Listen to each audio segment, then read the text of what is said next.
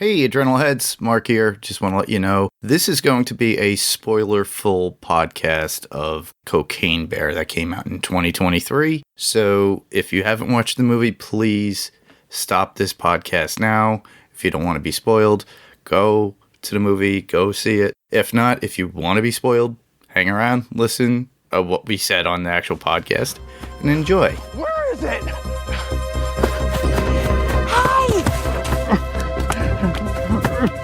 What should I do?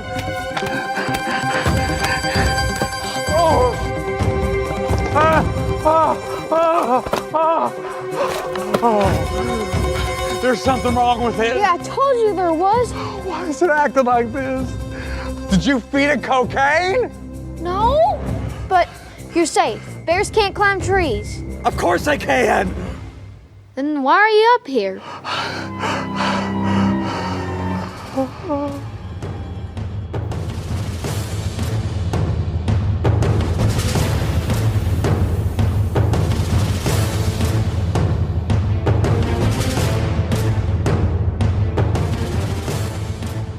Hey, Adrenalheads, welcome back to the show. I'm Mark. And I am Robert. And this episode, we are going to be covering a new movie that just came out in theaters. It's been out for about, I would say, within the past 2 weeks. And it's called Cocaine Bear. And it came out 2 weeks ago, actually, 2023. So this is something that people have been looking forward to. It's one of those weird genre-style movies, dark comedies, that came out of nowhere, that people just enjoyed the advertisement that came out, the promotion that was out there. A movie that was directed by Elizabeth Banks, of all people. And so far has grossed what, Rob? About $53 million so far. so I'm very surprised at that. And it's probably gonna stay in the theaters for a little bit longer. Will surpass what it costs to make the film, meaning that they will basically make money on this. Oh, yeah. And the movie is basically an adaptation of something that happened in real life.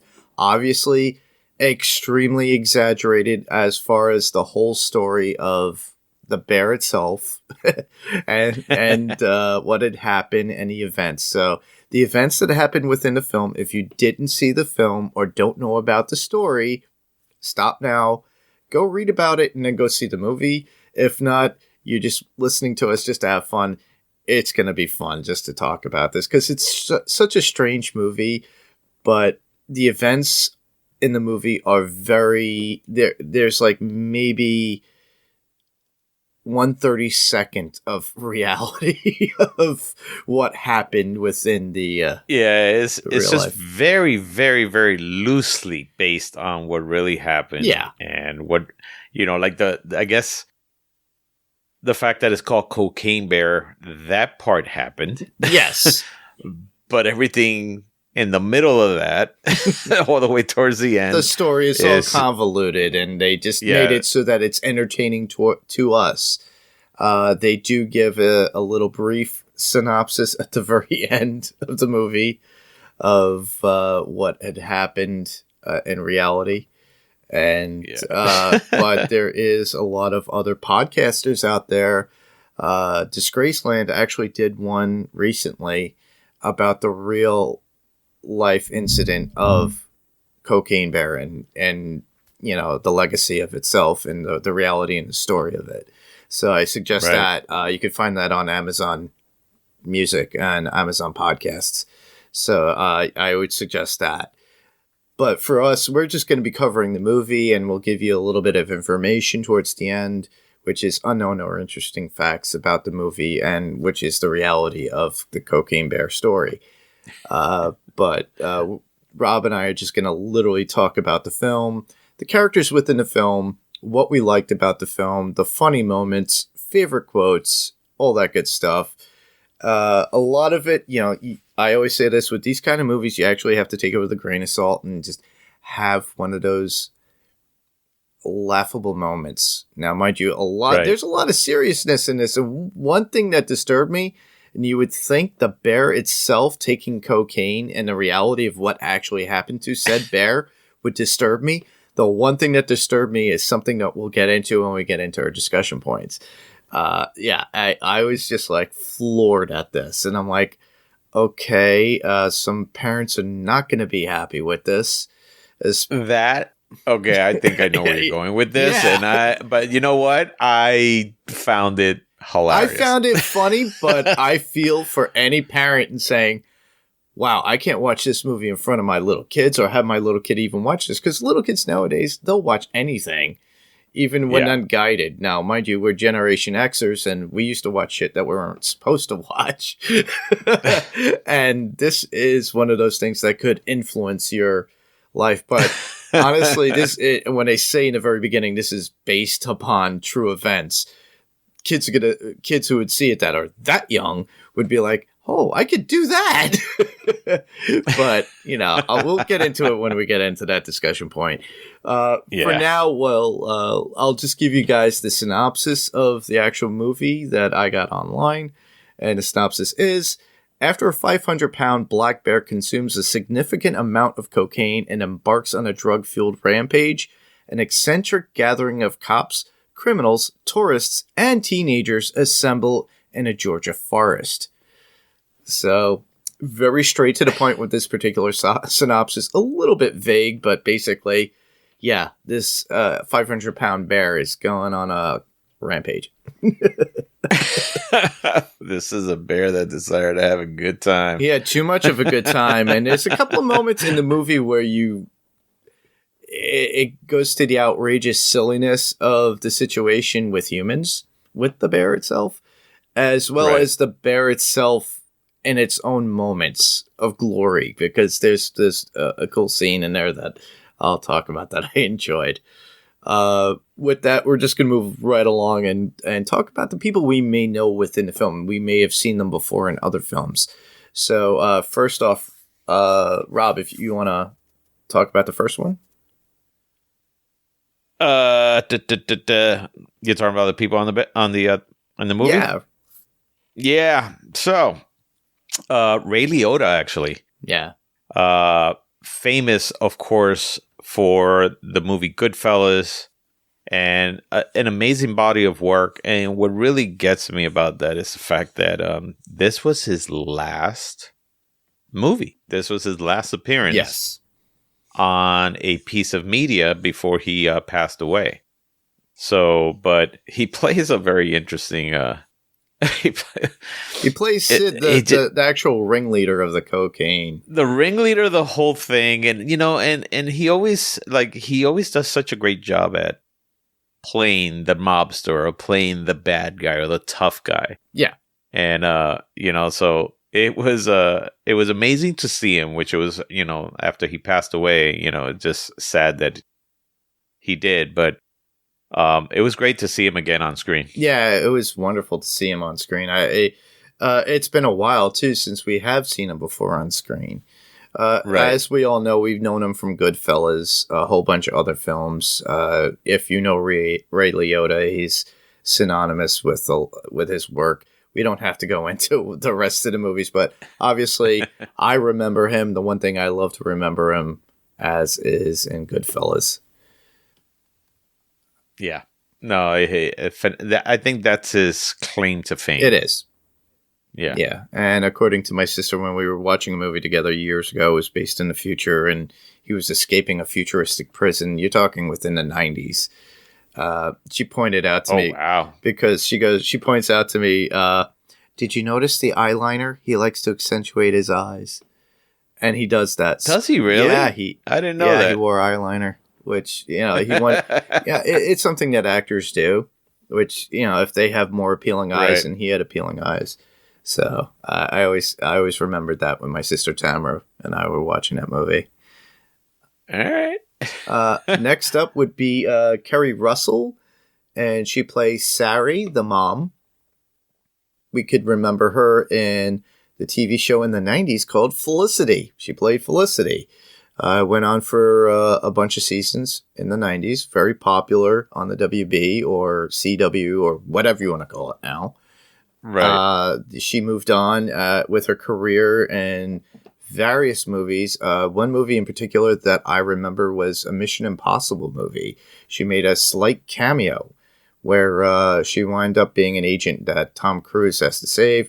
He winds up not saving her, and he kind of like got into that whole thing as Ethan Hunt, where he dreaded the fact that he lost another agent on. Was that her? Yes.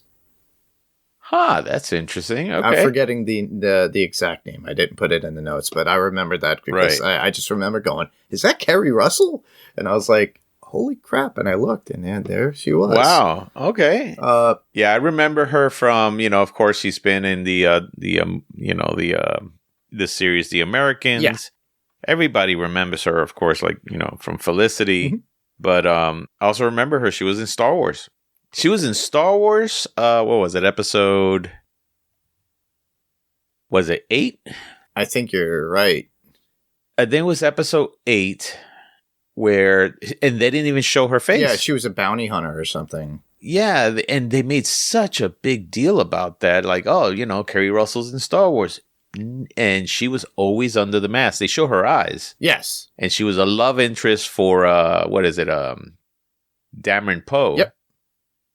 But that was about it. That was it. Yeah. They should have taken the helmet off at least to get more money out of that. Yeah, I know, exactly. So, yeah, I was actually very surprised at that. And then just to then hear, it's like, oh, yeah, you don't see her face. Honestly, and she's a beautiful woman. She is a beautiful woman, and it's funny too because I still see her as Felicity, even as older as she is. She still looks the same. She does not. I never got to see Felicity. I did. It was one of those things. I was through my whole Buffy, Angel, and then you saw Felicity before that. So it was one of those things. It started at 8, and then Buffy or Angel, depending on the night that you watched it. Right. It came on after that. So 9 o'clock was Buffy time. So I was a huge Buffy the Vampire Slayer fan. Angel, not so much, but yeah, that's how I got introduced to Kerry Russell back then in the 90s. Cool. Next up is O'Shea Jackson Jr., Ice Cube's son. Yeah. Which is, when you look at him, he definitely looks exactly like his father. He does. Just a younger version of him. I mean, he's just the almost attitude, like too. When you look, yeah, but when you kind of, because that's what threw me off in the movie. He wasn't like Ice Cube always plays a very, very tough, like street smart, individual comes from right.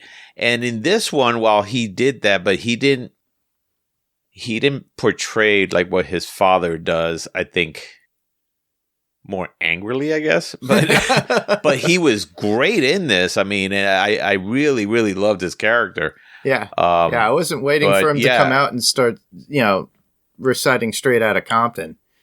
But he was great. Which is funny, too, because he actually was in Straight Outta Compton in 2015. Right. He played his father, which is so cool.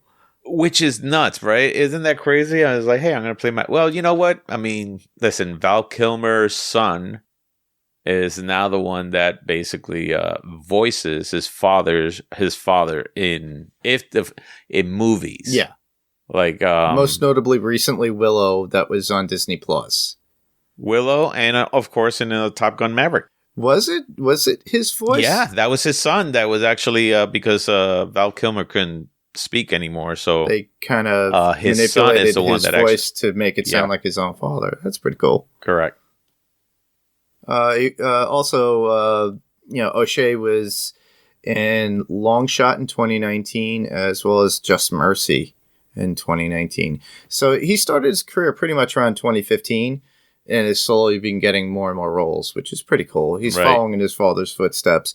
Unfortunately, not in the rap development, apparently. But he's going towards the acting, which is good. Still wearing the jerseys, too, by the way. So he got, they stabbed his favorite jersey in the film. So did they really? You didn't see that? No, well, I never saw Straight Outta Compton. No, I'm talking about in this particular movie. Oh, okay. Yeah, the character David, because he gets into the fight with the kids in the bathroom, and he gets stabbed. That's right. And my favorite jersey. Yes. And he's trying to clean it. And then, especially when Eddie comes in and, he's like, oh my God, please tell me those kids piled up are alive. They're not dead. Meaning that he's a bear himself just taking out those kids. Right. But to move along, let's go into the next person that we know, which Jesse Tyler Ferguson, who plays Peter the park ranger, and who's doing an evaluation on the park or whatever. He's doing his regular walks and checkups. So we see him in the very beginning. We know him, of course, as one of the fathers of the Asian girl in Modern Family. The brother, actually, of the main family itself. He's very much in that particular movie, that show. He's very flamboyant, and we know he's a homosexual man. But the fact is, to me, sold me on this particular character. He was like very forward, very in the moment with his characterization of this character, and I really enjoyed it. And I hoped he would survive, but unfortunately, no. But before he did Modern Family, he was also in a TV show and long-lasting that had several seasons called Ugly Betty. So you would remember him. He has the nice red hair and goatee, especially in Modern Family. Funny enough, I remember him in Modern Family, but in Ugly Betty, I don't remember him. Yeah, he was on and off. He wasn't in every episode, but he was very much involved in that show itself. But I do enjoy him. He is a really good actor, and I love when I see him, because he could hit his comedic marks, and he's perfect at them, no matter what character it is. Okay. So the next one is, and I don't know how to really say his last name, but his name is Christopher Heafue. Yeah, Christopher Heafue. Heafue. Okay. Yeah, he plays Olaf or Christopher. That's what they list him literally in the credits. Which is so funny. So Olaf is what I remembered. They actually had another character with him. He was part of the couple, the engaged couple that were going through the park in the very beginning. In the beginning of the movie. We do see him later. But, right. Yeah. And it is funny because that's one of the parts of the movie that made me laugh. That's what made me laugh in this movie. It's like his whole thing on the bear, but yeah, he was on Game of Thrones. Yep. And in he was in The Thing, but not the original Thing. No, the 2011 prequel to John Carpenter's version. Because they had Norwegians, and the story in that particular movie, which Jerry and I will be covering, everybody, ladies and gentlemen. A little spoiler, but it's coming out eventually. That's on the list for me and Jerry to do. We also have to do, because King Kong is celebrating an anniversary, so Jerry and I have that in the works, so look for that in the near future. But yeah, the Thing, which was pretty cool, because like I said, it was like a Norwegian crew in the original Thing. It was their story, so he plays one of the Norwegians. Not Swedes. It was not Swedes like Kurt Russell interesting says. how that. It's interesting how that movie did not get very good reviews. I liked it, but did not get, because I think they were trying to compare it to the original one, and the original one is such a classic that you can't beat it. No, you can't. But the thing is that it kind of worked in the sense of the story and the plot. And yes, it's kind of preemptive of me explaining it, ladies and gentlemen. But my feeling is that it was preemptive to the point where we got the story before the actual story of the Thing. And Carpenter had stated some sort of expressed interest of actually following up the Thing. Now, mind you, Carpenter has gone, far along. But Christopher was in that. I especially remember him mostly from Game of Thrones, because he always was hitting on Gwendolyn Christie's character in Game of Thrones, if you remember, because she was so tall. That's right. I just loved his character within that. I'm forgetting his name. My friends who out there, my friend Kristen, who was on Game of Microphones and for Podcastka and all that stuff. She's probably like, Mark, I know the name. You're saying it wrong. I was like, I have to eliminate it. Sorry, Kristen. But he was also in. I didn't realize he was in The Fate of the Furious, and he was also in After Earth, which that was an M. Night Shyamalan. Not very good movie. No, well, M. Night Shyamalan's movies are either hit or miss, and they usually miss a lot. But I've been enjoying Servant, right? And Knock at the Cabin Door is pretty good. Oh, Servant is phenomenal, and I haven't seen this past episode, this season yet. Oh, you haven't seen this season? Oh. No, because I like to binge watch. Here's what happened. What happens is that this is one of those shows that every time you watch one, it leaves you in such a it leaves you wanting more, and it leaves you hanging so bad that it pisses you off, like really pisses you off. So I'm like, no. So I kind of learned that with the first one, and with the second one, I remember Joe, who's one of the original podcasters from my podcast. Yeah. Him and I remember going into the second season, and we watched 2 episodes, and it left us hanging, and then we looked at each other and said, no. Let it just all ride, and then we'll sit down and binge watch it. So this season, as soon as we saw it come on, we looked at each other and we said, nope, has to get binge watched. We're not going to go through this week by week shit anymore. I do it weekly. I subject myself through it weekly, which is fine for me. I'm okay with it. Mind you, I was doing that with Yellow Jackets, which I have to admit too, I love, and I highly recommend, because it is coming up.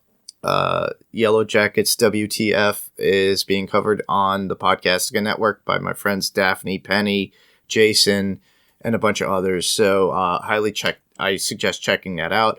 But also within Servant, we have Lauren Ambrose, or Ambrose, I'm not sure how you say it. Lauren Ambrose, she is actually going to be playing an adult version of Van in the new season. So they finished off. Servant is in its last and final season. So they're finishing up this whole story about that particular character and this family. So I'm loving the story as it unfolds for this last and final season.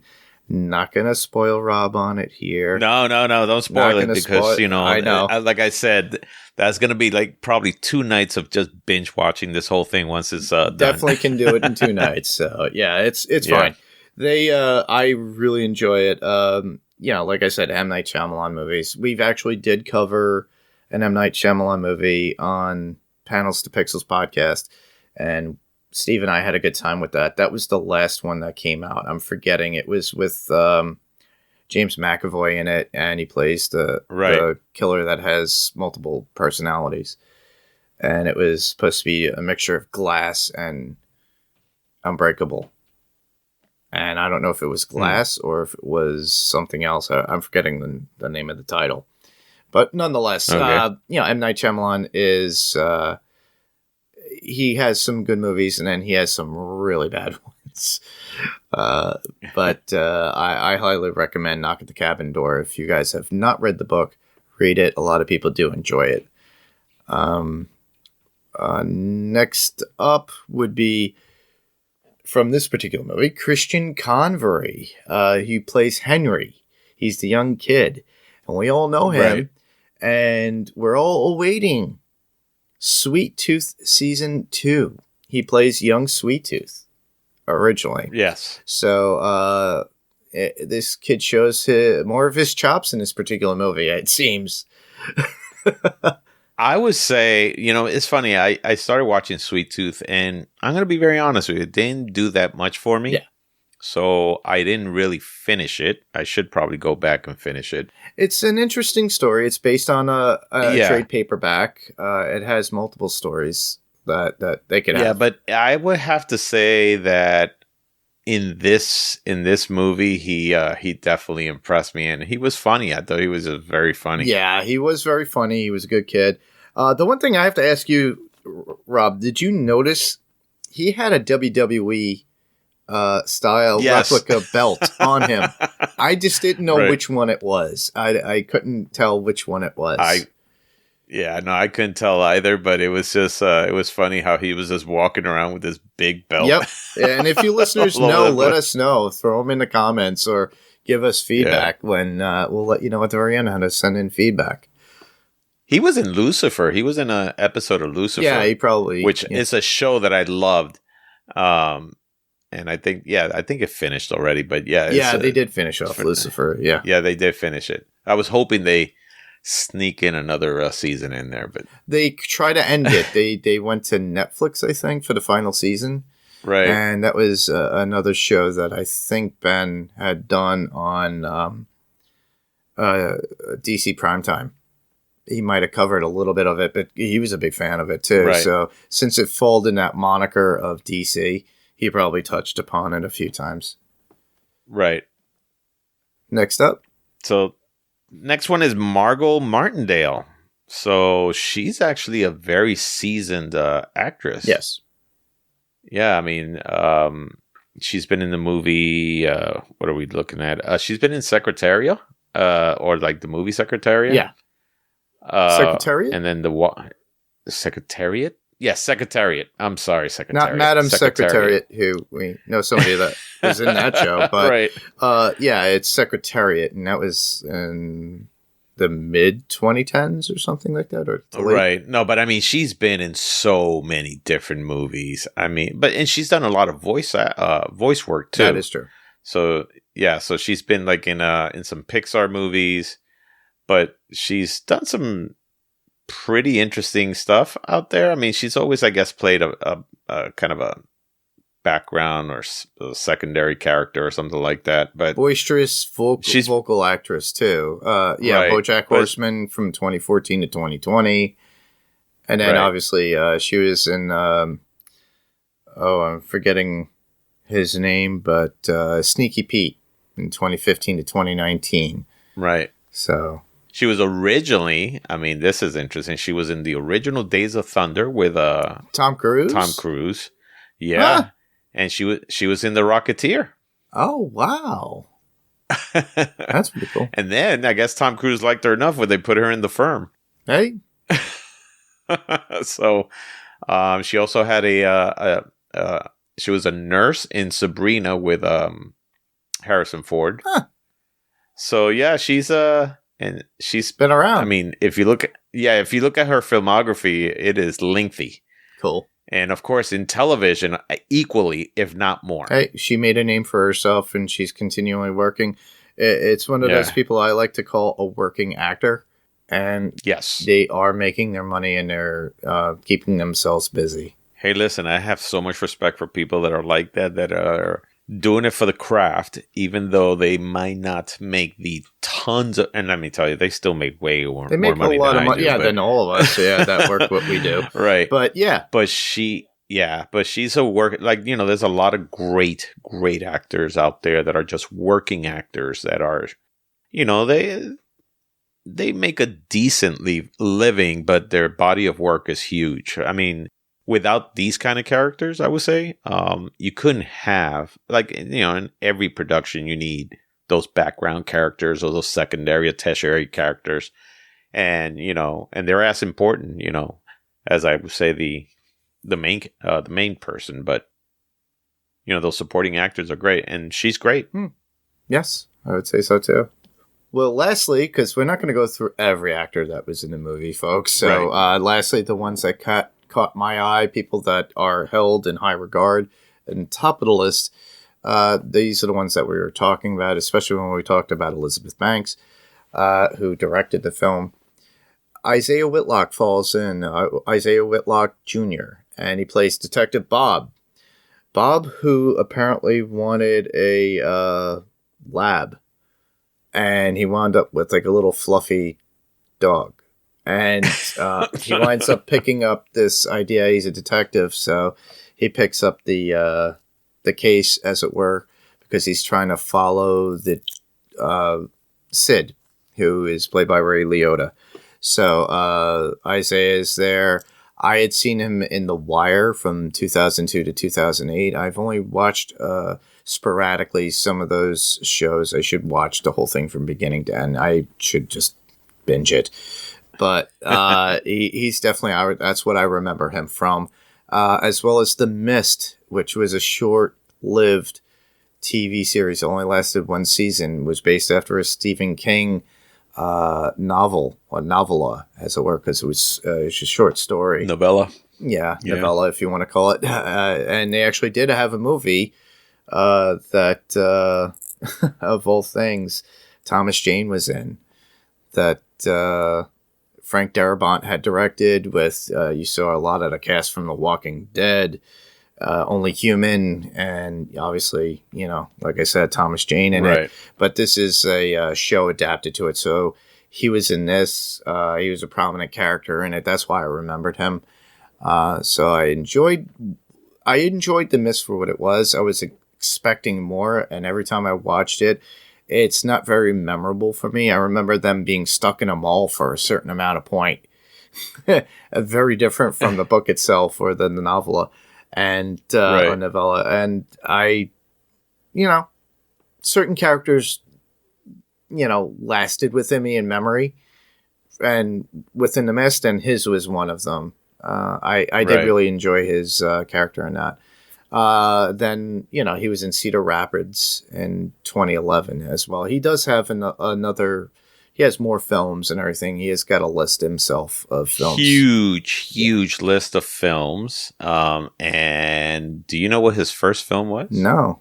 Gremlins 2, The New Batch. Oh my goodness. Really? Yes. Awesome. And his second film, here's the kicker on this one. His second film, he came out in Goodfellas. Really? Yeah. So he was a doctor in there. Oh my goodness. Yeah, well. But he's done some voiceover work also. He did Cars 2 or Cars 3, I believe. Huh. And he also did, he was in Lightyear. Oh, the new Buzz Lightyear movie that went straight to Disney. Disney Plus. Well, no, it was in the theaters too, but also it premiered as well on Disney Plus as well at the same time. Pretty much almost at the same time, right? But so it's that's crazy to know that he was with Ray Liotta in Goodfellas. Yeah, so a little Goodfellas reunion, right? And do you know? And I know that you did not include him in the list. Yeah, go ahead. But there's another character in that's how you call it, that came out in a very famous movie. Really? Who'd I miss? So the character, and I'm trying to grab him now very quickly. Eddie, yes. You know who he was? No. Han Solo. That was him? Oh my God. He was in Solo, a Star Wars movie? Yeah. Oh my goodness. My friend Kristen's going to hate me because she loves Han Solo. Really? I was not a big fan of it. The second time watching it, I kind of learned to accept it and like it for what it was. Right. When it was out in the theaters, it got really bad reviews and people were hating on it. But after second viewing, I learned to appreciate it. I learned to appreciate that particular movie. To me, I thought it was done. It was a nice story. It was done well. But the fact is that everybody, whenever they think of Han Solo, they think of Harrison Ford. Harrison Ford, of course. But you can't go back in time and make this movie and put Harrison Ford in it. So you have. Well, listen, with the new Indiana Jones, obviously de-aging him, you could actually do that now. So, to some degree. Well, have you not seen the scenes of the trailers of the new Indiana I've been Jones? trying to be spoiler free with some of the trailers. So there are scenes where they show him as a younger Harrison Ford, and you would swear that these things were filmed back in 1982. Right, back in the 80s. I mean, that's like the first time I've seen the aging done that well. Oh well, But yeah, so I'm hoping that maybe one day they could do a redo on Solo and just put, Harrison Ford in Hopefully he's not dead by then.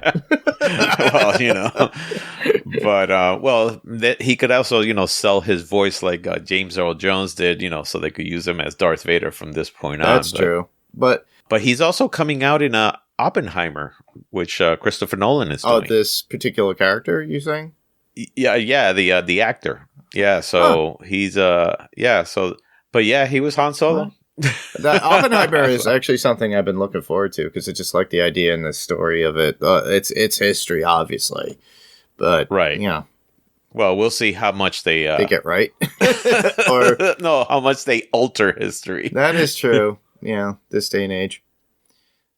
You know how it is. It's based off of a true story. Well, this was too. Look at it. Listen, it's based off of a true story, and then it's like, sure,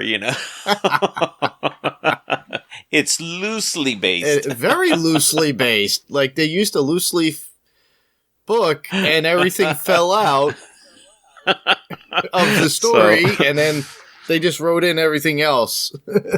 Exactly. From a dream. A cocaine-filled dream, by the way.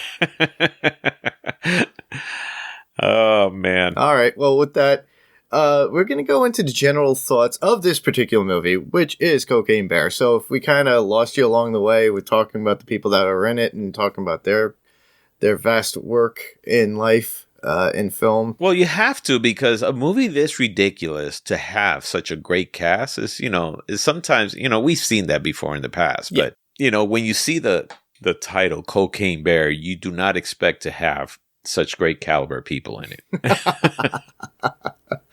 Yeah, it is true. Yeah, you don't expect a lively cast of celebrities that you didn't realize would be in it.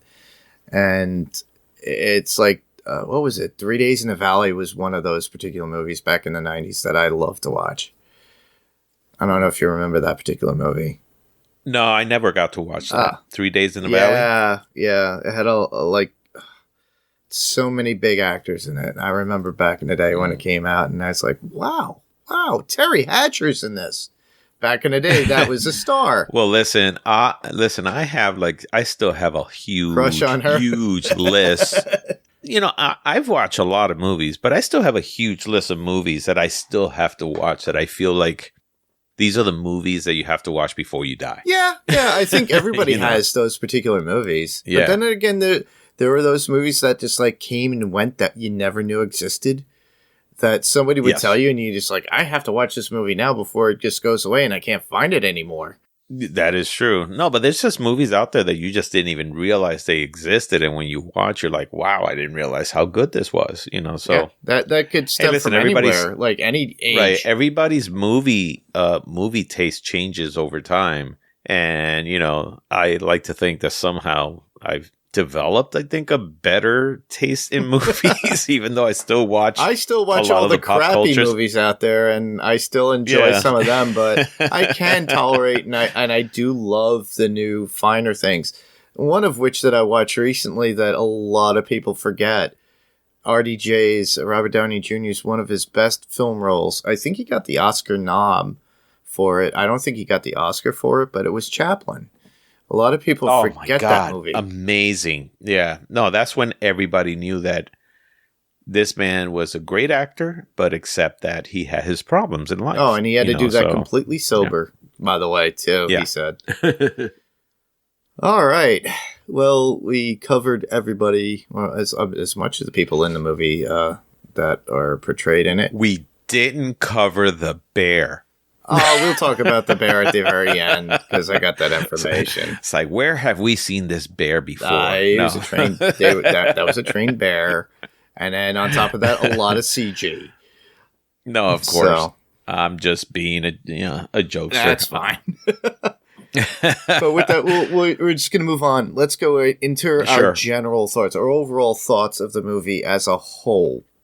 What did you think about this movie in general? In general, I thought this movie was ridiculous. I thought this movie, I think it had the potential to be funnier. Yes. It did have its funny moments. Don't get me wrong. It did have its funny moments. And it's entertaining to watch as a movie where you just go, you know what? It's a movie just like if it's on HBO Max or if it's on a streaming service, sure, watch it because it's ridiculous. Yes. I don't think that it hit the mark on everything. I enjoyed the performance of everybody else, everybody in it, but I felt like there was a little bit missing, but it had its moments where they were funny, and it had its moment where they were freaking ridiculous. And then it had its gory moments that I was just like, Jesus, I mean, what the hell? So, but overall, I found it entertaining. And it's an entertaining movie to kind of just say, you know what? It's a great way to just kind of like, spend probably like a Friday night where you're not doing anything and you're like, what the hell, Sure. Yeah. But I don't see myself, what I would say, I love this movie and I'm going to watch it over and over again. Yeah. Over and over again. Like, there's some of those funny, stupid movies that you say to yourself that will become a classic. Oh, and don't get me wrong, maybe this becomes a cult classic. Oh, yeah.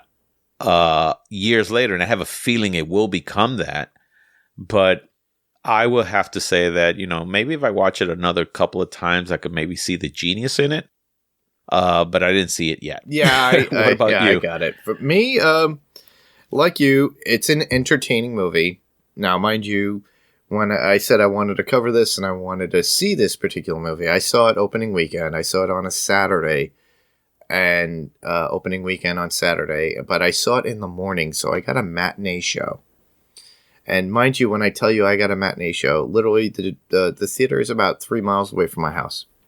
So it took me about 15 minutes to get there, driving-wise, whatever. And that was a little traffic. But it cost me $9 to get in. So for a $9 movie in the morning, like 11 Oh, absolutely. it was worth it. This is a movie I would think of like, oh, we need a blockbuster night. What movie do you want to get that could just like, you could throw some popcorn on, have a beer or a soda while you're watching it, hang out with some friends and just have something to pass by. Just a dumb movie to watch. Just a dumb movie to watch or have fun with it. And it's entertaining to the sense of it is a dark comedy based upon true events. So I thought, okay, this is something I have to go see. Now, mind you, I was the only person in the theater with a pad and a pen. Now, mind you, that's how easy it was. I had a pad and a pen, and I had a little well-lit area down the center where, people could walk down. Nobody would have been bothering me at all. Dude, you got the Hollywood treatment. You got your own theater. Yeah, I felt like Kevin Smith. For screening a movie. And you were just saying, okay, you know what? I'm going to review this movie, and it's all to myself. Exactly. Literally, I had a pad and pen, and the only person that came in during the film was a woman that I guess she was stuck there because her kids wanted to go see Ant-Man and the Wasp: Quantumania, which we'll be covering, ladies and gentlemen, on Panels to Pixels podcast. But I was just like, okay, she's coming in and out. So she must have been like piqued some of her interest, or was just movie hopping like you did back in the 80s and 90s when you had a multiplex and you could just jump from movie to movie because you were bored. And I actually said that to Kevin Smith when that's how I was able to see the first Mallrats, because the first movie that my friend Tanya and I saw sucked. And she goes, let's go see for another movie. So we just snuck in, and the movie we sat through the longest throughout the whole thing was Mallrats. So this is probably something that woman came in and said, oh, gotta watch this movie a little bit more. So she came in at key points. I guess she watched it before or said, well, I could come back to it when the kids aren't here. Listen, man, I was still doing that, a few years ago. The hell with the 80s and 90s. I was still doing that a few years ago. So, oh, well, I'm thinking about when I was in my 20s and in the 90s, in the early 90s, and thinking, okay, I'll just jump from movie to movie or whatever. You could get away with. Yeah. In the city, we could easily do that. I lived in Staten Island, so. Hey, listen, I've done it when I've seen like a movie that I'm like, this is such hot garbage. Yeah. I know I'm not going to get my money back, so I just leave in the middle of it and go to another movie that probably is better. Something that my brother had said to me to do when Highlander 2 came out, and he told me, he goes, I left after 10 minutes. Me and my friend Chris sat through Highlander 2 all the way through because we thought we spent money on this and hoping it'd get better. That's a painful movie, man. Oh, it is. And especially the director's cut. It still didn't even fix it. Right. But the way I look at this particular movie, it's one of those movies that was hyped up, which is great. It had great publicity for what it was being advertised for and made people want to go see it. So obviously it pulled the trigger and triggered people to go see it in the theater because, it caught my eye. Another film that came out during the pandemic, but it should have hit people because it was a movie that was underrated, but is still one of those a cult classic now. And they're doing it. It was called Willy's Wonderland with Nicolas Cage. And Willy's Wonderland. Yeah, you never heard of it? No, but it just sounds funny. All right. What is it? Late Night at Freddy's or something with a bear. They're all animatronic and they come to life. It was a video game. I'm sure Ben's gonna kill me if he hears this and goes, you can. It was like last night's at Freddy's or whatever it was. I was never into the game because I've only heard about it. But literally, it's animatronics that are possessed by demons that come alive, and Nicolas Cage does not speak one iota anything of dialogue throughout the film. Right. He's just silent throughout it, and his car gets stuck, and it's one of those popcorn kind of movies that you got from a blockbuster night for a late night of weird, strange movies that I used to do. Or you have a gathering of friends and you just have them over and you say, all right, check this out. What was it? Red Snow or Dead Snow. I don't know if you saw that one. No, I did not see that one. Okay. That's a Norwegian style movie and it's about Nazi zombies coming to life while these campers are out in the middle of nowhere in the snow because they stole a coin. Oh, wow. So it's one of those like really bad movies, but it's one of those that live in cult legacy that people like. I feel that, even though this was an adaptation, it gave me those feelings when I watched the movie of like, this is one of those movies I'll throw on a very rare occasion just to have fun with because I just like it. So to me, it's like a blockbuster night for me. And I just love having those kind of blockbuster nights. Especially with another movie that's coming out that I really want to see and I'm intrigued by because of its publicity, which would be Winnie the Pooh, Blood and Honey, which I think, but the way this movie came across was based on true events, or it should be, say, adapted from true events, but also alterated. It would be similar to what we got from The Rock and... Mark Wahlberg and Falcon. Oh, Pain and Gain, yeah. Pain and Gain. Yeah. You and I had spoken about this before we recorded at work and stuff like that. But that was also adapted from the movie because not everything that happened within that movie with certain events happened in real life. Not to the exact extent. I mean, let me tell you, that movie had some parts. I mean, of course, it was exaggerated because it was a Michael Bay movie, of course. But yes. I mean, the story behind it was equally as crazy, I would say. Yeah, and I think the actors looked a lot far better than than the actual people. Oh, absolutely. If you look at their mugshots. Absolutely. So, but those are our thoughts on this movie. I would recommend it for those who wanted something for a blockbuster night. So when it does come to streaming and you choose not to go see it in the theaters, I understand. Just get it when it's on streaming, and it's well worth the rental or if you choose to buy it. But, absolutely. And with that, we'll move right into our favorite scenes within the movie. So. We'll do this. It could be out of order, Rob, so we could go in, but we could go from whatever we need, right? And explain where it is within a particular movie. So my favorite scene, I would say, I'll start with like the couple, the hikers, that were Christopher. like looking at the bear and stuff like that. And then they're just watching this bear. And of course, this is spoilers ahead for, of course, but they're looking at this bear, like just doing all these crazy things, banging its head on the tree and everything. And they're just looking through the binoculars. And then the bear just looks at them like, hey, I could see you looking at me. And but just the way they animated that part of it just looks so funny. It was just like he's doing his thing, and then all of a sudden, bam, he catches them watching him. And then next thing you know, they're like looking, it's like, oh, pass me the binoculars back and forth. And next thing you know, the bear's like right next to them. And it's just looking at them, and that's when like all shit breaks, Yeah, and Christopher gets a head start running away from it, and his poor fiance gets caught in the end. And he sees how she gets eaten. Yeah, that was a little, not, I would say gruesome in that sense. Seeing it was kind of eluding. You didn't really see anything. There wasn't really much bloodshed. No. It's kind of like a Jaws moment. Even if they just threw a severed foot that was fake, it would have been.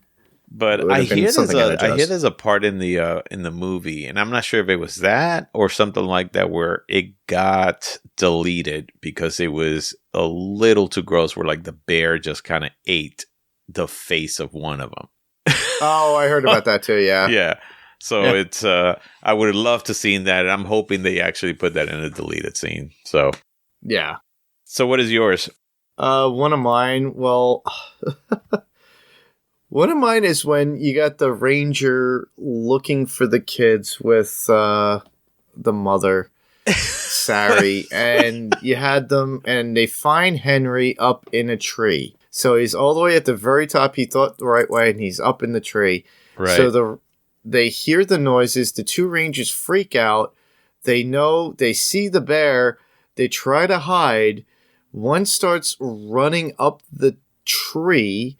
Right. The ranger and Sari wind up taking coverage in the bush. The bear starts going after Henry at one point, but then the wind shifts, and with the cocaine that they found earlier from walking around, the bear sniffs it on the ranger, jumps, climbs all the way down, running down, straight down, because we know bears could climb trees, which a lot of people forget.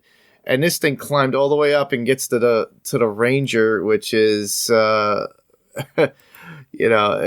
Ferguson himself, and he winds up getting eaten severely. Oh my God, man! It was just horrible the way that happened. He was just gnawing on the leg, and the leg was falling apart as he was gnawing on it. Now, mind you, I think this was probably the worst of the scenes of like it being graphic, but humorous nonetheless. But you're laughing and you're like, okay, Mark, you're a sadistic son of a gun. And you're talking about this. Sorry, I love horror movies. And there's certain movies when I watch them, like whether it be Jason movies, Michael Myers, Freddy, or whatever, I start laughing at some of the like outrageous violence that we get. Right. Because it is humorous. You have to take it tongue in cheek and, a little bit of grain of salt. But to me, I love it. In a sense that I know this is made up, I know this is fake, but the humor within it, and that the actor's having a good time, especially with a CG bear. Yes. So they have to do all the acting and then fake the idea of like, Yeah, and then exactly. The fact is like the rest of his body falls down, he's missing the leg, and then the bear kind of just throws the leg at him and then comes back down. Yeah, he just kind of lands on him like he dove right into the his body just to gnaw at him. And he still gnawed on it a little bit afterwards, but even still, that was their way of like, oh, let's get away. Yeah, and that's what had happened. But I thought it was just wild. So another one for me. Mm-hmm. And I'll go. And you know what? Before I get into this, the when I said that the bear was looking at the hikers, towards the end they did the same thing, except this time it was the bear and the two cubs. Yep. That all of a sudden looked directly at whoever was watching them, and I was like, oh shit, here we go again. Yeah, exactly. But, yeah. But the one that I thought was funny, and you just talked about this on how controversial it could be. The kids getting high off of the cocaine. Yeah, the kids do find the cocaine. They find a packet, and they know what it is. The daughter says, "Oh, this is cocaine." Henry doesn't realize what it is, and they cut it open. She goes, "Let's do it." They eat the cocaine. Yeah, well, it's because Henry says, "Oh, yeah, I've done cocaine before." And it's like, "Have you?" It's like, "Yeah." So how do you do it? Well, you take a big scoop and you eat it. Actually, there are people that do that. They rub it in their teeth and get it in their mouth, and that's the part of. But it was just funny because she takes it in and then she spits it out. Yeah, and then he takes it and then he spits it out, and he goes, "This is not as powdery as the one that I normally get."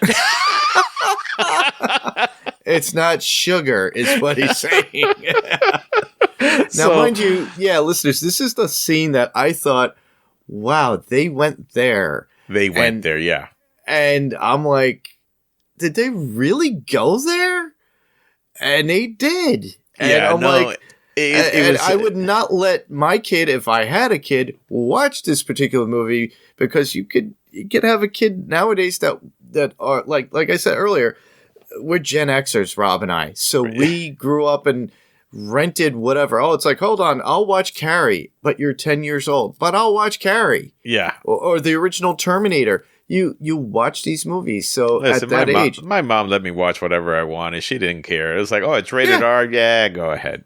Yeah, we're latchkey kids that back in the 80s. So that was, we were Gen Xers. So we kind of lived our own. You would go to the video store. The only thing that you weren't able to really rent, other than you could get away with renting R-rated movies and buying cigarettes for your dad or whatever, like I did. Right. And then the only thing you're not allowed to rent is XXX films. Obviously, you're like, this is not for your father. He's not going to tell you to go get this. But we watched R-rated films that were borderline. If you think about it, some of the movies back then were exploitation. I remember those. But I thought it was funny. I thought it was funny with the kids, right? So not only did they get high that way, but when the bear showed up, and the bear just kind of like breathed really hard, and all you saw was this puff of of cocaine just coming at them.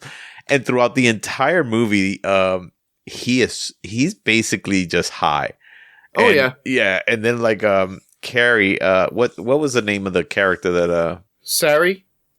Sari is the name? Yeah, Carrie Russell's character is Sari. Okay. Yeah, she could tell he was high. Oh, the kid. Oh, yeah, Henry, the kid. You're talking about. Yeah, Henry, yeah. Okay. So he could tell that he was high because conversation that they have. Yeah. It's so funny. The way he was asking about the bear. Well, what would it do to the bear in long term? And he was like going in very specific. And what if he didn't want to do it anymore? Yeah, and she goes, what if would his mother know? Kind of one of those questions. And then she goes, a mother will always know, Henry. Yes, meaning exactly. like, I know what you did, you little punk.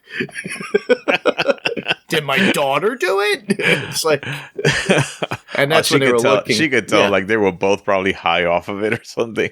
Oh, big time. Her reaction though is very different than what my mom would have done. But it would have been like, well, that's not her kid, so you would think it's like, smack. What did you get my daughter to do? It's literally what would happen.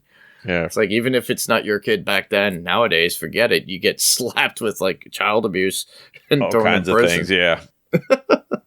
So, any other parts for you?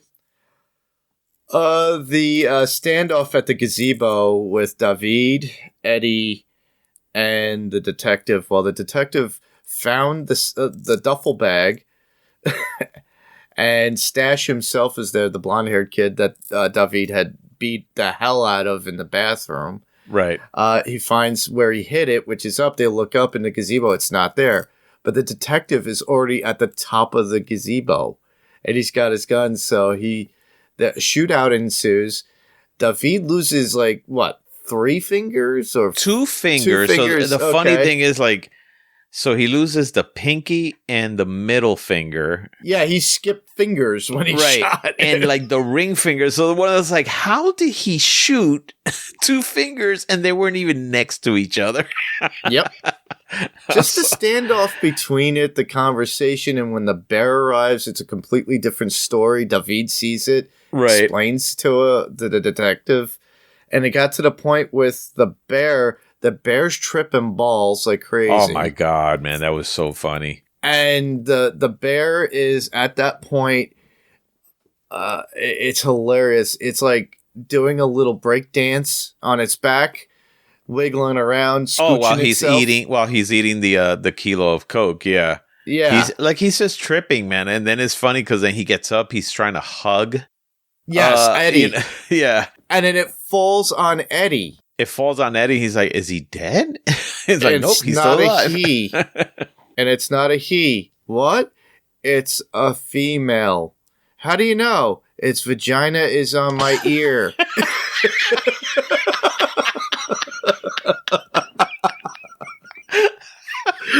One of the coolest quotes are like, its vagina is on my ear. Oh my God. And it peed on me.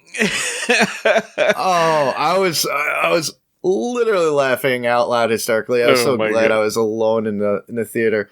But the bear gets up after that because David gets close and he smells the cocaine on him. Yep, and he smells the cocaine, starts getting a little bit Riley, because a little bit crazy. Actually a kilo fell out of his pocket, and that's how he smelled it. Yeah, and then a detective decides to take the bags out and cut them and like try to entice the bear to get away so that they could get away, so they could work together at this point. Now, mind you, the standoff was there. They had their exchange. They were shooting at each other. Now it's a point of like, let's survive this together, all of us. Right. And he's throwing the cocaine and it's coming down like snow. And all you see is the bear do a slow motion dance. Right. Look, it's trying to snort the cocaine. Yeah, no, he was just one of them actually, in a good quote that I liked also says, "It's cocaine Christmas." Yep. Because the bear's just like trying to like just kind of like dance in the cloud of of this cocaine and stuff like that. That was just. It was over the top. It was very so comedic over the top, and humor. We got the one liner in there. It's like its vagina is on my ear. But, we got that out of that. I thought that was pretty funny. I like that particular scene. That's what I was saying. That's what I was saying. Like, this movie had its moments of like it really had funny its moments scenes. of funny scenes, but it wasn't funny throughout the whole thing. So it had some little scenes that really were really funny, but then after that, it was just like, all right, now we're back. We're back into the story. Let's make it a little serious, like with Eddie. Yeah, with the guy that he lost out of the plane that lost the bags of cocaine because they found the body, right? Which was part of something that we'll get to. Well, I don't think I put that in the unknown facts, but literally one of the guys died when he was parachuting out of the plane, and that's what that was referenced to. The guy died, so they found the body. They knew. Right. But they couldn't find the cocaine. This is why Sid had sent Eddie and David to go out to pick up.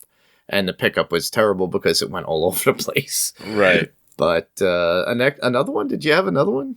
Yeah, I had the one with, so like the entire scene with the park ranger, like after they get attacked, right? And she goes back to the park ranger, I guess the park ranger's office. The office. Yeah. And they're waiting for, I guess, the bear to come in. And then there's this one guy, I forgot what that guy was in there.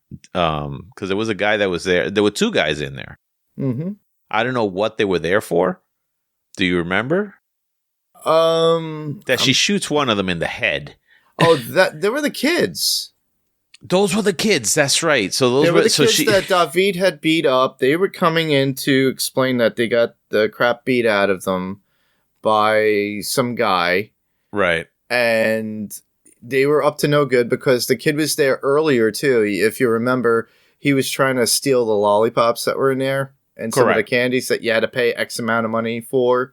Yes. And then whenever she wasn't looking, because she is trying to quit smoking. He would take them, correct. So it was so funny because they were there, and then next thing you know, the bear's like there, and she at the door, and she's getting ready to shoot. And when he opens the door and the bear's there, he turns around and she shoots him in the head.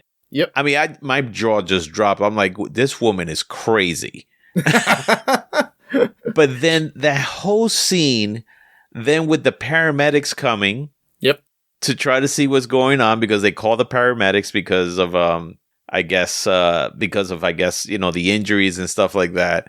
Mm-hmm. And then the bear, they all get into the ambulance, and the bear chasing them was so funny. Because they're trying to get away from this bear, and this bear does this Superman leap into the ambulance and takes them all out. Takes them all out. So the ambulance crashes, and then the driver, she goes right through the window. She's dead. Yep. The other paramedic, which at one point you see that, like, I guess the bear just kind of chewed off almost half of his arm, and it just falls, and he looks at it and he starts to panic. Mm-hmm. That's one. And then the park ranger, who was in the ambulance on the gurney, gets somehow thrown off the ambulance, and her face just basically skids on the concrete for like a mile. Yep. It's everybody over the dead. Top. Yeah, it was so over the top. Everybody dead, and you just see the bear just kind of like just walk away nonchalant, like nothing ever happened. Yeah, and it's so wild. There was one scene, though, in particular inside the office itself, because you had the male EMT go towards the room where the bear was inside. He was in the closet, and he was still chewing on a kid. Yes. And he opens it up, and then he goes, and then as you see the female's going over to the other ranger, to the ranger that's down, trying to talk to her, but you hear a heartbeat slowing down, and as the bear's coming out, the heartbeat increasing on the other person at the same time. Yeah. So keep that in mind if you watch the movie. It's kind of interesting to get those two takes. Somebody's heart's slowing down, the other one's rising up because of fear. Yeah. And adrenaline. So no, it's because she was dying, and then she's trying to tell the paramedic bear. Yep. And then the other paramedic is in the room, and he sees the bear, and then he slowly closes the door and says, "Well, you need to get out of here." And that's when she screams bear. Yep. And then all hell just breaks loose trying to leave that, and that's when they go into the ambulance, and everything goes crazy after that. But yeah, the door scene of the bear on top of the door trying to get after the guy, and he's underneath it. I thought he was done for. Right away, I was like, he's going to get him right away. I thought that the bear was just going to chew his head off. Yeah. Because he already took the head off the other kid, and it was in a bucket. Yep. Well, didn't it fall off the door or something? Or? It seemed like it was inside the bucket, and then when he opened the door, I guess he tripped the bucket, and the head rolls right out. Yeah. It's just ridiculous. It is freaking ridiculous. So it is crazy, though. But a few other scenes, one other scene I would say that I really did enjoy was obviously on the waterfalls, because the way they build up the stories is that the daughter, Deirdre, I think, wants to go with Henry. They want to paint the falls. Henry follows her, and so that's where they find the cocaine. That's when they get chased by the bear. Henry is chased up a tree. Deirdre takes off, but she has her paint supplies. I didn't understand by painting the falls. Apparently, it's a waterfall and there's a rock on the side she wanted to paint. And that's what that was meant for. So, Sari winds up catching up with the kids, obviously with Henry and Deirdre. And then they're stuck going through the falls itself. But you got Sid, David, and Eddie there. And Sid has a shotgun, or not a shotgun, like at least a hunting rifle with a scope on it. And they all have individual handguns, and they get to see each other, and there's this standoff with the bear's cubs, which we finally, because we already know that it's a female bear, and of course the bear's going to try to protect her own children. And then Sid finds the other duffel bag, and he's trying to get Sari to get it. And there's this whole standoff of like, you're going to get it. No, you're going to get it. And then they get to that point of struggling. And the bear pretty much comes out on top when the thing opens, because they're so addicted, including the cubs. Right. Because the cubs have been eating it as well. And there's at a point where Sari, the kids, Eddie, and David jump off the falls, leaving Sid there to handle and deal with the bear. The mama bear comes crawling down from the top like Batman, the Dark Knight himself, jumping on Sid, cutting his belly open, eating the intestines, and it's like very gruesome. Yeah, the it scene is. itself, but it's a mother's revenge on this jackass who wants just his cocaine.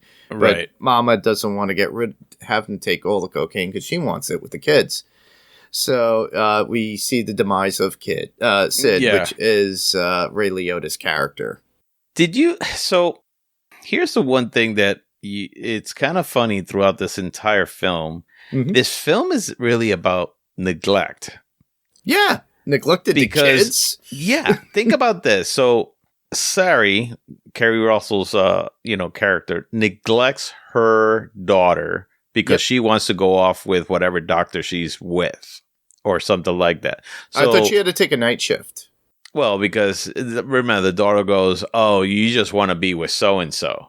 Oh, true. Yeah. So she felt neglected. So that's why she went off with the other kid. With Henry.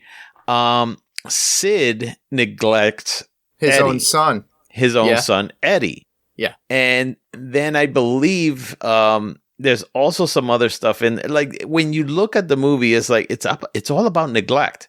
One neglects the other and things like that. And I was like, that's kind of strange. Everybody's neglecting somebody. Everybody's neglecting somebody, and everybody just kind of walks into this whole situation where, it kind of coalesce at the end, it's like, all the humans are neglecting other people. The bear is not neglecting its own cubs at the very end.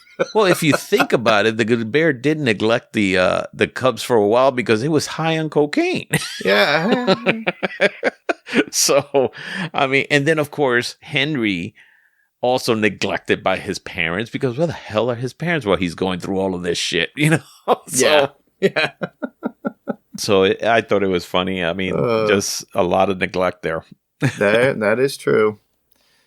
All right. Well, we could go into some quotes if you have any extras. Well, one of them that I think Ray said, which I thought it was funny.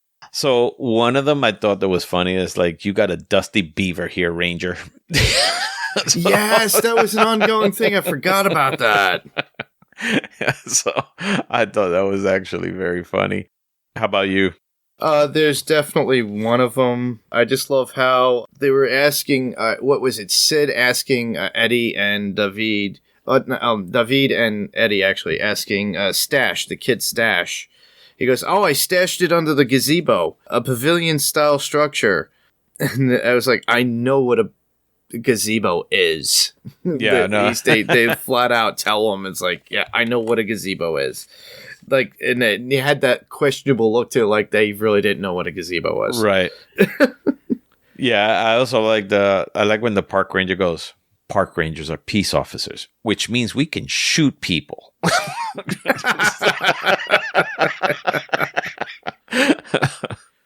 Oh, let me see. I have another one from Henry, which is funny, but that is the Ranger, the Jesse Ferguson, I think his character states, "Why is it acting like this? Did you feed it cocaine?" Meanwhile, it's like flat out, "Yep, this is what's going on, Power." It's really. Yeah, another one I'd like, "Apex predator, high on cocaine, and you're going towards it."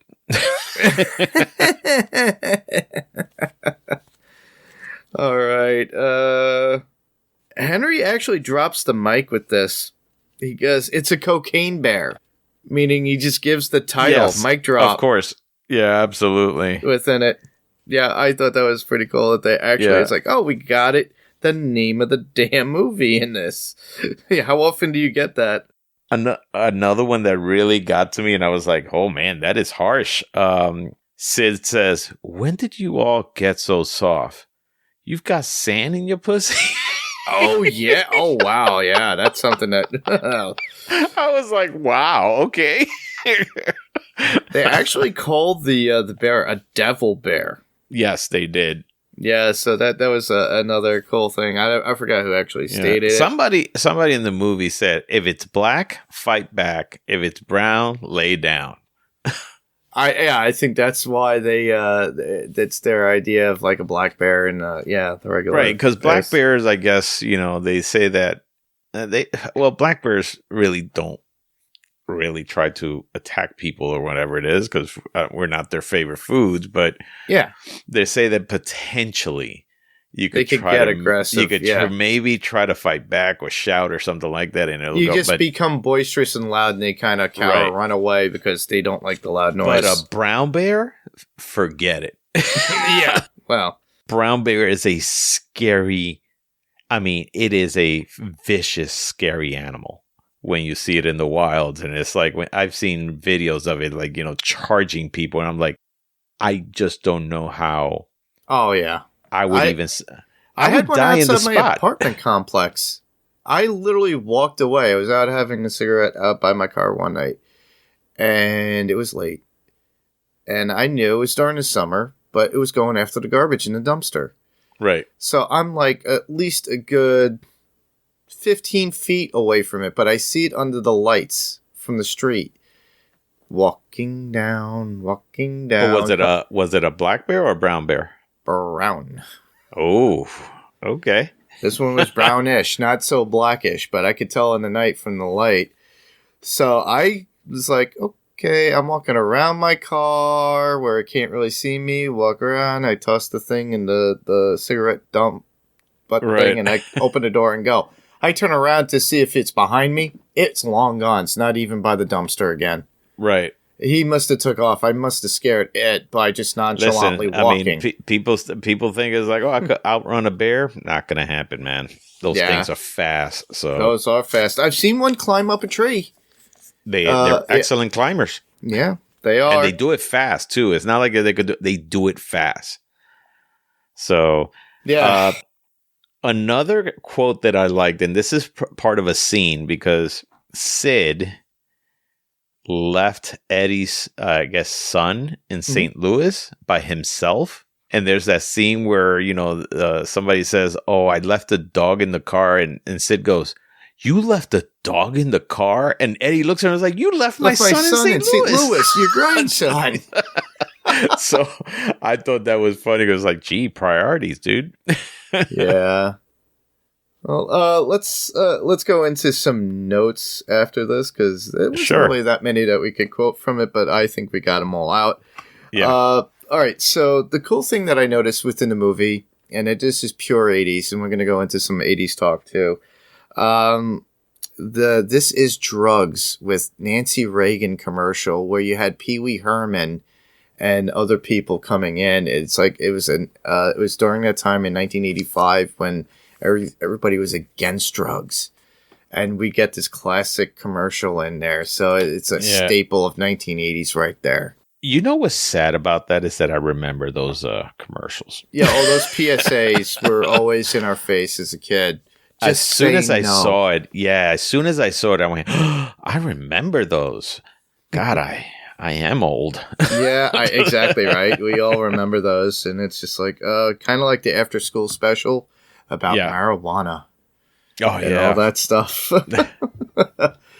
But and my other notes, the only thing I could talk about literally is the other features that we got out of it, like the end credit scenes that we had.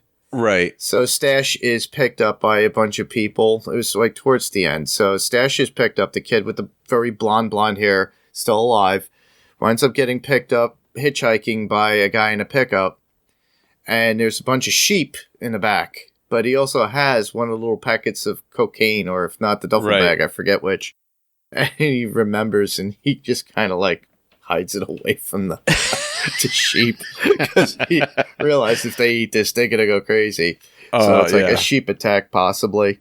Eddie and David go back to Eddie's house to see the kid, but the other police officer, the one with the braids, I forget her name. We forgot to mention her, but she winds up being part of Sid's crew, and she didn't want to have anything to do with it. she goes back to her car, a lovely Charger, by the way, and takes the other detective's his dog that, you know, the one that he couldn't get a lab like he wanted, so he got this fluffy thing. I don't know, listeners, if you watch the movie and you know the breed, I'm sorry if I don't know the breed, but they get this dog out, and I forget what they call it, Precious or something. Yeah, it's just a fluffy little dog, you know. Yeah, so she takes it and hands it to Eddie, so he goes, I guess I got a dog.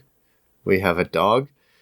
And then at the very end, you see David and Eddie at his house with his son. He's got the dog in his hands, and the dog is nibbling on something, and they realize it's out of his jacket pocket that was on the floor or something.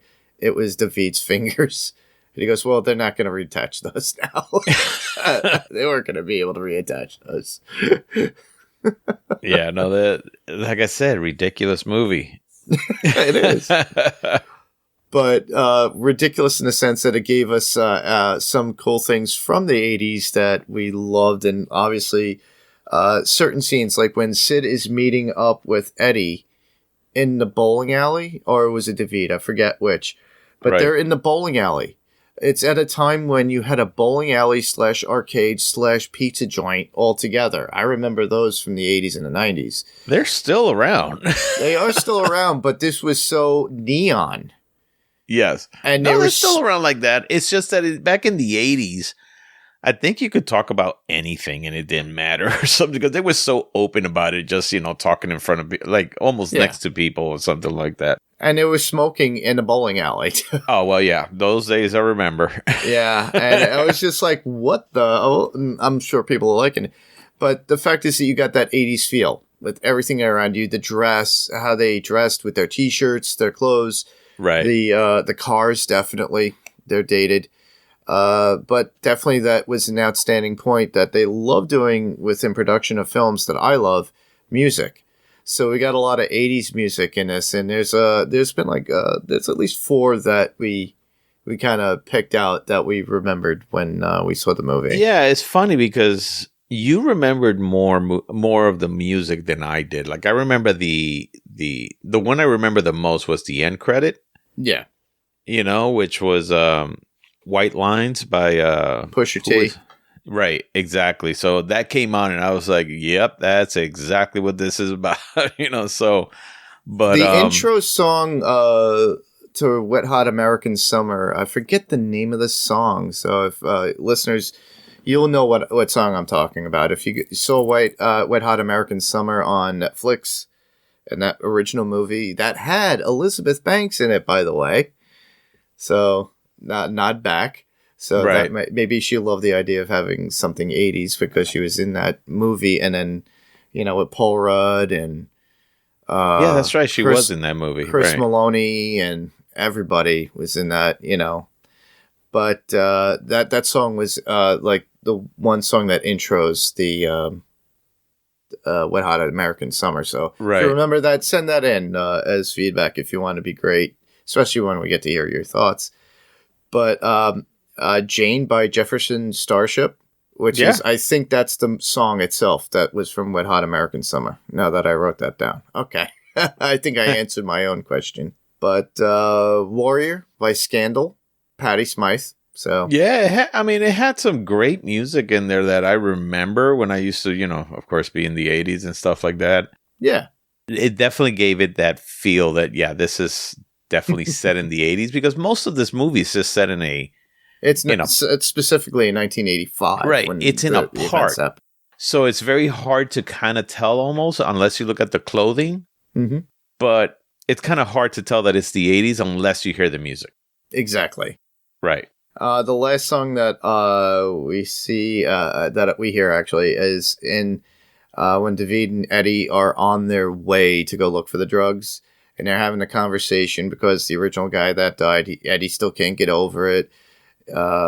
David actually had to stop him from drinking and eating penne at the bar. He goes, "Is it anything in there? Is it vodka penne?" He goes, "No, just regular tomato sauce penne." And that was it. And then they wind up driving off in the pickup to go to where the park is, where the drugs were. On the Wings of Love by Jeffrey Osborne is playing in the truck too. So I thought it was pretty cool that we actually have that 80s representation of music. I'm sure the soundtrack's going to be full of these songs. A lot of those of our age will recognize it, and you'll have like kids that are watching this out of fun going, what is that song? And then they'll go research it and put that on their playlist, you know? Well, I mean, I'm looking at a playlist right now in Spotify. So the original conductor of the movie, his name is Mark Mothersbaugh or something like that, which did all the orchestral music. But in it, they had Jefferson Starship, like you said, Jane, The Warrior by Patti Smith, or Scandal, or something like that. Yeah, that was her before Patti Smith. Love Song of the Waterfall by Slim Whitman. Yep. On the Wings of Love, like you just said, by Jeffrey Osborne. Too Hot to Trot by the Commodores. Oh, These were just, No More Words by Berlin. Oh, yeah. Yeah. Just Can't Get Enough by Depeche Mode. Yep. You know, and of course, the last one, that like White Lines by Pusha T. So, yeah, no, it had some very memorable 80s songs in there. Yeah. Yeah, which is great. So, all right. Did you want to go over your, because you had some very interesting facts when you sent me your notes about the bear. Or, you know, all the stuff. We'll go over those interesting facts or unknown facts about the movie, or at least the true story. So we said before, directed by Elizabeth Banks, the story is actually inspired by the 1985 true story of a drug runner's plane crash, missing cocaine, and a black bear that ate it. So, and right now what we're going to do is we're going to go over the real life facts. So I'll start off with the first one. There really was a cocaine bear. So a black bear that ate a bunch of cocaine in the woods back in 1985, first off. Yeah. And it was eventually given the nickname Pablo Escobar for, so that's actually named after the notorious Colombian drug lord Pablo Escobar.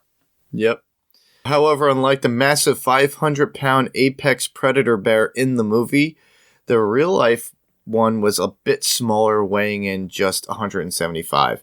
So earlier tonight, Robbo and I got this backwards when I was talking to him because I forgot. So the real bear was only 175 pounds. This one that was in the movie is supposed to be 500. Yeah, the bear in the movie is huge, and the real bear, I guess, was just kind of a adolescent type of bear or something like that. So it was only 175. Yeah. Yeah. So although the bear kills plenty of people in the film, the bear didn't actually kill anyone in real life. Yeah. So sadly, the real bear was found dead in the mountains of Fannin County, Georgia, just over the border from Tennessee. So the bear didn't make it. It ate all that cocaine and OD'd.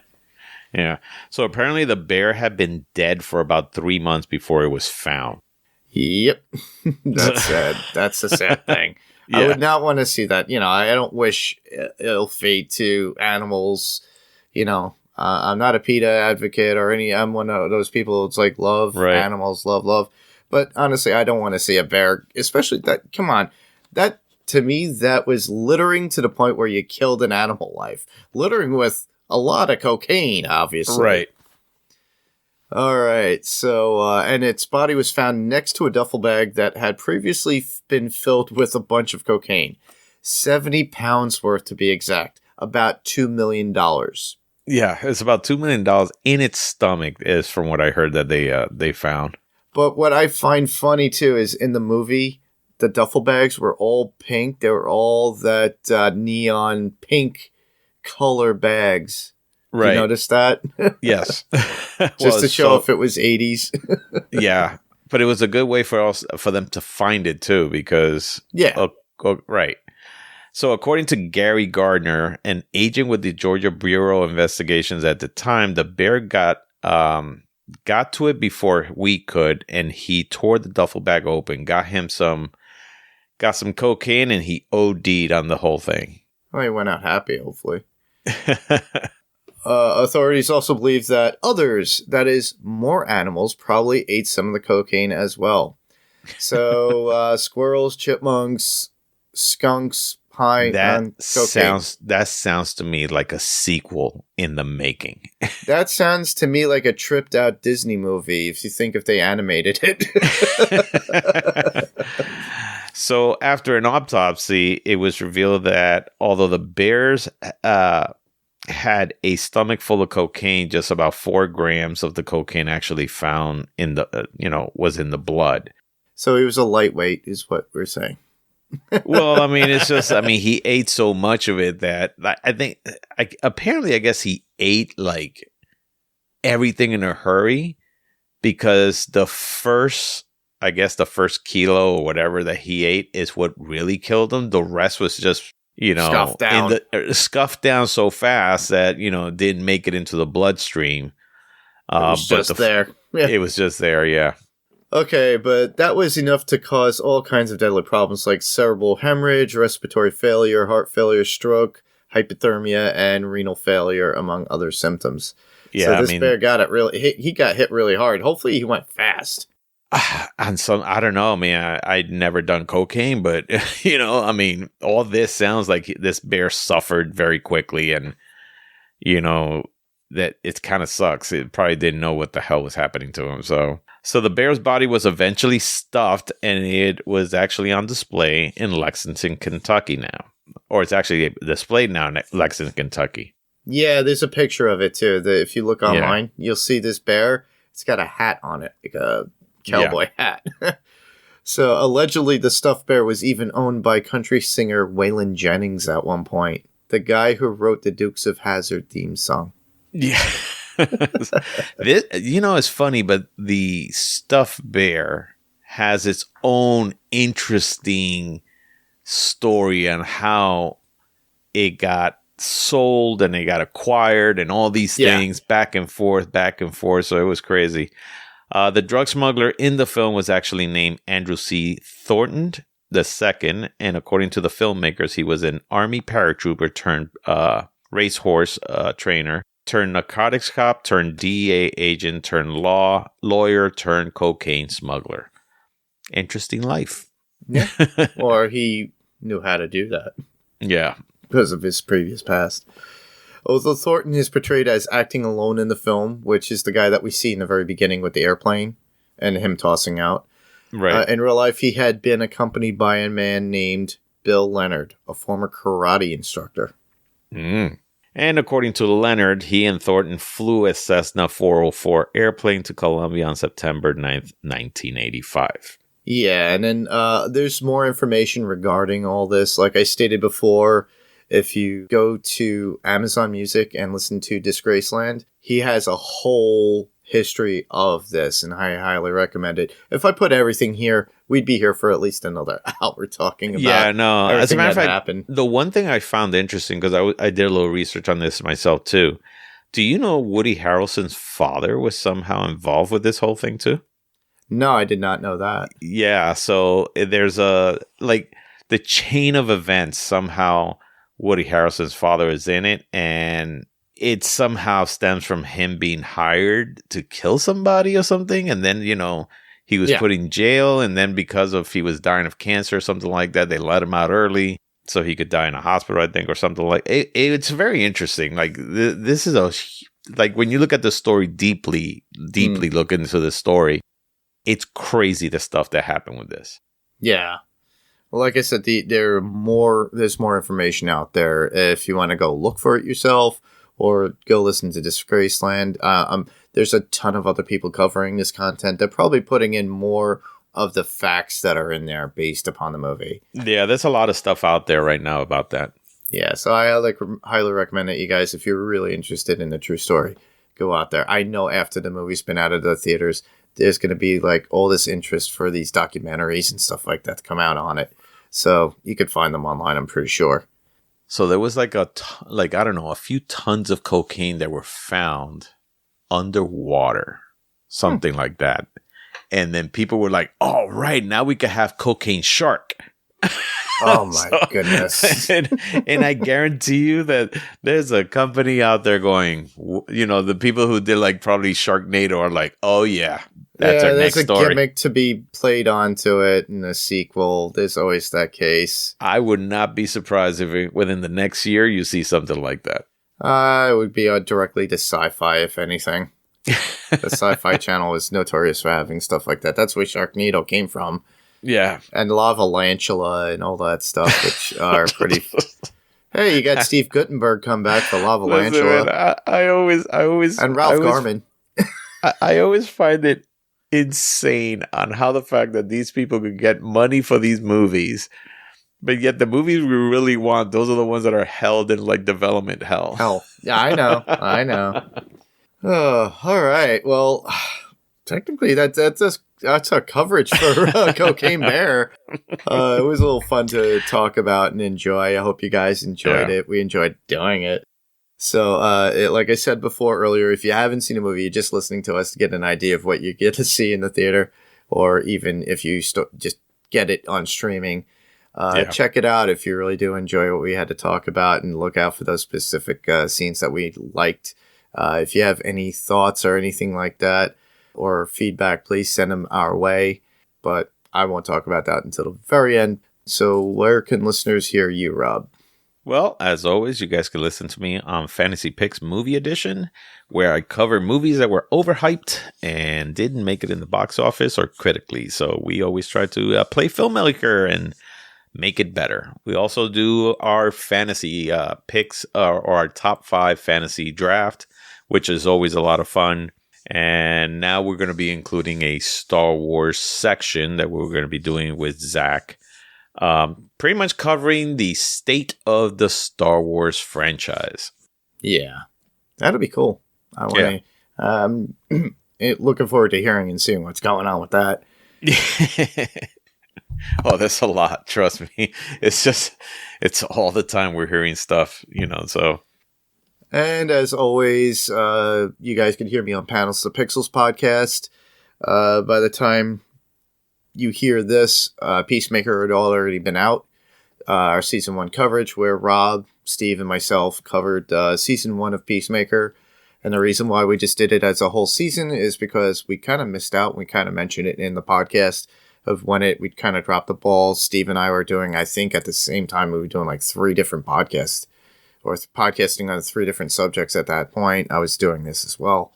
So, when Peacemaker does come back for season 2, which it will, we'll be covering that episodically, obviously. So look forward to that, and as well as Quantumania, Ant-Man and the Wasp Quantumania. So we'll be covering that soon. That had come out before, of all things, Cocaine Bear, but it's still out in the theaters. Probably will still be out in the theaters once you get this or are listening to this now. Like I stated before, well, we like it when you guys submit your feedback, but unfortunately,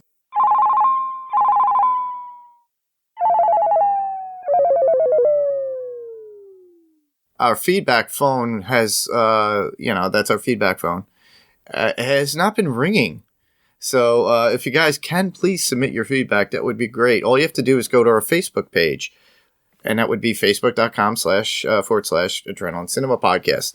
There you will find images of the topics that we cover, and leave a comment below that particular image when we get it out there. I leave a bunch there, so that way, you have more than enough time to watch the movie or look at it and say, hey, I should leave some feedback because I like that movie, or I really hated this movie. It doesn't matter what your feedback is. We'll still read it, play it.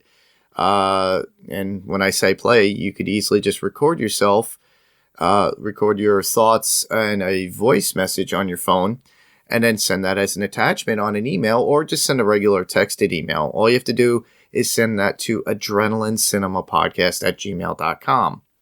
We'll play it when we record. It doesn't have to be about the particular episode that we're covering. You could wait a bit, or if it's about something that we've done already, because right now this is episode 51 or 52 at this point. So I've been doing this for a little over 2 years, I think. But just like I stated in the very beginning when I started it, I thought this podcast would just be like a bi-monthly or once a month. So that's why we're at 51 or 52 episodes right now. Otherwise, if I did it every week and had a movie for you every week, I'd be beyond 50, way so. But just send that. We also have an Instagram, and you could just go to @AdrenalineCinemaPodcast or search that in Instagram and just follow us. You'll see our logo there, and there will be an image. I have one there. The very first and the only thing that I have up right now is Cocaine Bear. So check that out. Just leave your comment below, and then we'll read it on the next episode. I'm hoping that the next episode will either be King Kong and its anniversary for King Kong 1973, which Jerry and I will be covering. We don't know exactly when that's coming out, but I'll put that image up there so you guys can do that. Or Big Trouble in Little China. So Jamie, Dimmick, and Jerry and myself will be covering that. So you can check that out and send comments for that. Or Death Trap, that came out in early 80s, that has Christopher Reeves and Michael Caine in it. So my friend Jeff and I will be covering that, as well as John Wick 2. So as you can tell, I'm back to schedule, trying to get these episodes out to you and to cover a little bit more content. If there's anything that you want us to cover, just let us know. Just send us an email and say, hey, can you please cover this movie? I will. And if I can't find anybody and you recommended it, hey, you could be on too. All you need is headphones, a microphone, a decent computer, and Zoom. That is it. That is all that's required. So hit me up for that. And as always, I always like to encourage everybody to go to PirateCoreEntertainment.com, www.piratecoreentertainment.com. There you'll see all the other podcasts that are out there on the network. There you could find Fantasy Picks Movie Edition that Rob was just talking about. You could also, we'll have Watched It in the 80s with Damien and Panels to the Pixels podcast. So you can find all the other podcasts there, or just check in your podcast player of choice. So, in a nutshell, that is our show. And I just want to thank Rob for being on. This was fun. I hope we could do something again. But my recommendations for you people out there, when you see a bear on cocaine, run! Run away. All right, until next time, everybody, we'll talk to you later. Later. Bye-bye.